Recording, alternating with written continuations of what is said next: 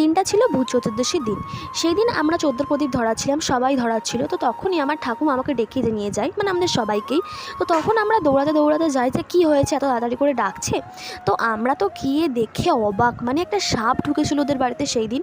তো আমাদের বাড়িতে যেহেতু মা কালীর মন্দির আছে, আমাদের তো সাপটা মারতে একদম নেই। তো আমরা কি করব বুঝতেই পারছিলাম না, যে সাপটাকে মারতেও পারছিলাম না। ও তো ওই জন্য পাড়ার লোক সবাইকে ডেকে আনা হয়েছিল। তো তোমরা দেখতেই পাচ্ছ সবাই এসেছিলো, কিন্তু ওর গায়ে হাত দিতে সবাই ভয় পাচ্ছিলো, কারণ যেহেতু পরের দিনই কালী পুজো।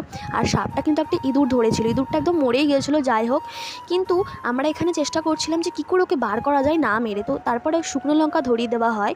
তো সেটাতে ও কিন্তু অনেকটাই বাইরে বেরিয়ে যায়, কিন্তু তবে ও কিন্তু বাইরে বেরোয়নি। আমরা বাইরে গিয়ে দেখি যে ও দেওয়ালের ফাঁকে গর্ত ছিল, তো সেখানে ঢুকে যায়।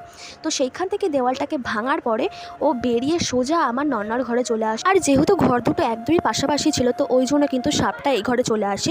তবে এই ঘরে এসে আমরা অনেক খোঁজার পরও সাপটাকে কিন্তু